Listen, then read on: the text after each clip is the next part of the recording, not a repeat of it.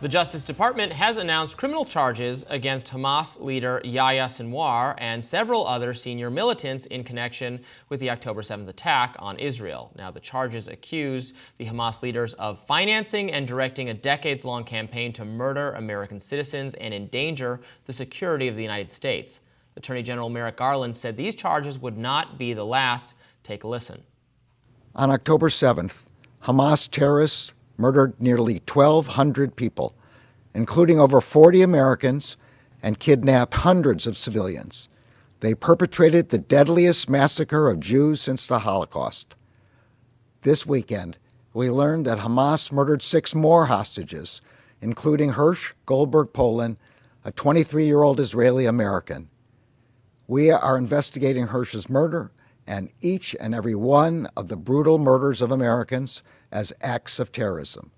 We will continue to support the whole-of-government effort to bring the Americans still being held hostage home. The charges unsealed today are just one part of our effort to target every aspect of Hamas's operations. These actions will not be our last. The 7-count criminal complaint filed in federal court in New York City includes charges of conspiracy to provide material support to a foreign terrorist organization, conspiracy to murder U.S. nationals, and conspiracy to use weapons of mass destruction resulting in death. It also accuses Iran and Hezbollah of providing financial support and military supplies to Hamas for use in attacks. 3 of the 6 defendants are dead, and Sinwar is believed to be hiding in the tunnels in Gaza. Now, with the U.S. pressing charges against Hamas, what does this do for efforts to get both sides to the bargaining table for an enduring ceasefire? Can the U.S. possibly be seen as a realistic mediator between Hamas and Israel? Here to discuss all of this is The Hill's White House columnist, Niall Stanage. Niall, welcome back. Good to be with you. So does this change anything in terms of the U.S.'s role in trying to get a ceasefire deal in Gaza? At the same time, we seek to arrest the leaders of Hamas, including the architect Yahya Sinwar of October 7th. Israel's goal is to capture or kill all these people. How can that be squared with the idea of having some lasting peace between Israel and the terrorist organization, Hamas? So on one hand, I think the unsealing of this indictment is really a response to the demand for the United States government to do something after the shooting dead of those 6 hostages, including, as the Attorney General mentioned, an Israeli-American citizen, Hersh Goldberg Poland. I'm not sure how much it affects the calculus in terms of the peace talks, because, I mean, the Hamas, for its part, does not consider the United States government to be some neutral arbiter in this matter. Hamas, and indeed the Palestinian people more broadly, would of course see the US government as already very strongly on the Israeli side in the overarching conflict. Just one other thing, Robbie, that I think is worth mentioning. Apparently, this indictment was actually made under seal some months ago and has only been unsealed recently, partly because security concerns are perceived to have lessened, but also because, as you noted in your introduction, 3 of the 6 people in this indictment are thought to be dead. Now, what does this all mean for the United States? I mean, charging these folks who are overseas at a time when these Americans that were killed by Hamas on October 7th, this is now months later. Is there a strategic decision being made to unseal this now, as the United States has sent warships to the Middle East? Is this a part of the United States justifying potentially greater involvement, potentially on the ground in Palestine, in Israel, in the region? I think there are a couple of ways of looking at that, Jessica. On one hand, I see the unsealing of the indictment as honestly a bit more of a public relations move than anything else. I mean, nobody realistically expects Yahya Sinwar to be caught alive, if he's caught at all, and certainly not sort of extradited to face charges in the United States. I don't think that is realistically going to happen. Now, as far as the American involvement, I mean, it is true, of course, that Americans were among those killed both on October 7th and more recently in the killing of Mr. Goldberg Poland. It is understandable that the United States government would be expected to take some kind of action in relation to that.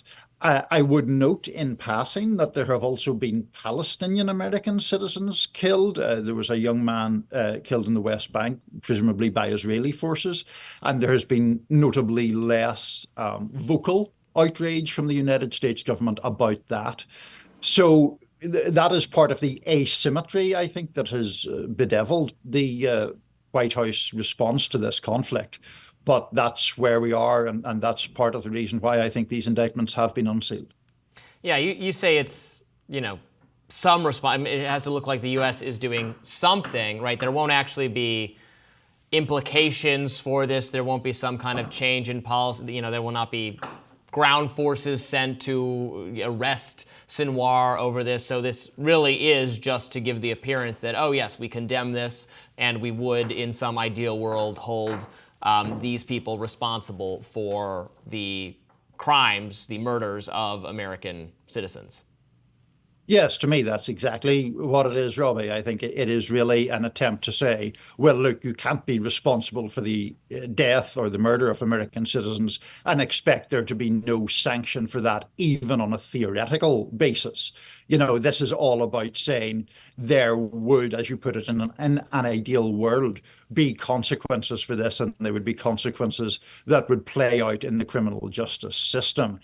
And the idea that the Department of Justice is in some fashion levying pressure by doing this.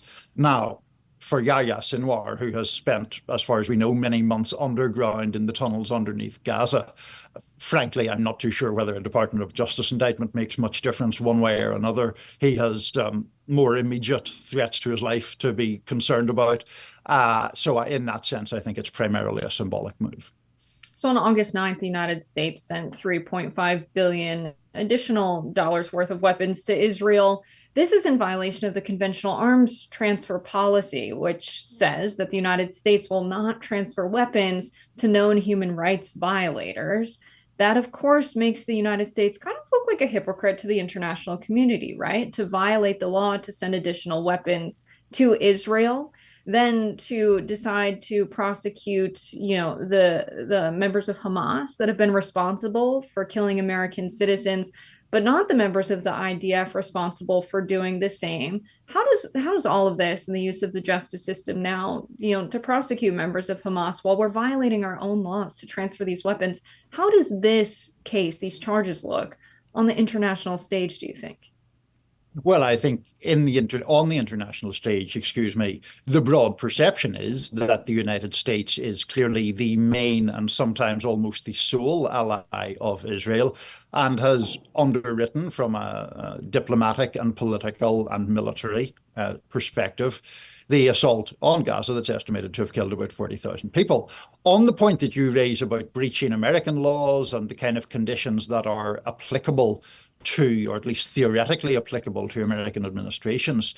A story that I don't think got enough attention, Jessica, was the issuance of a State Department report a few months back, which seemed to go to incredibly, in my view, convoluted ends to try to find a way to justify continuing the military support for Israel. It really basically said, and I can't recall the precise quote, but it was something to the effect of, it is reasonable to assume that there may have been human rights violations by Israeli forces, but we can't say that in a cut and dried way about any individual one, so we'll keep going on.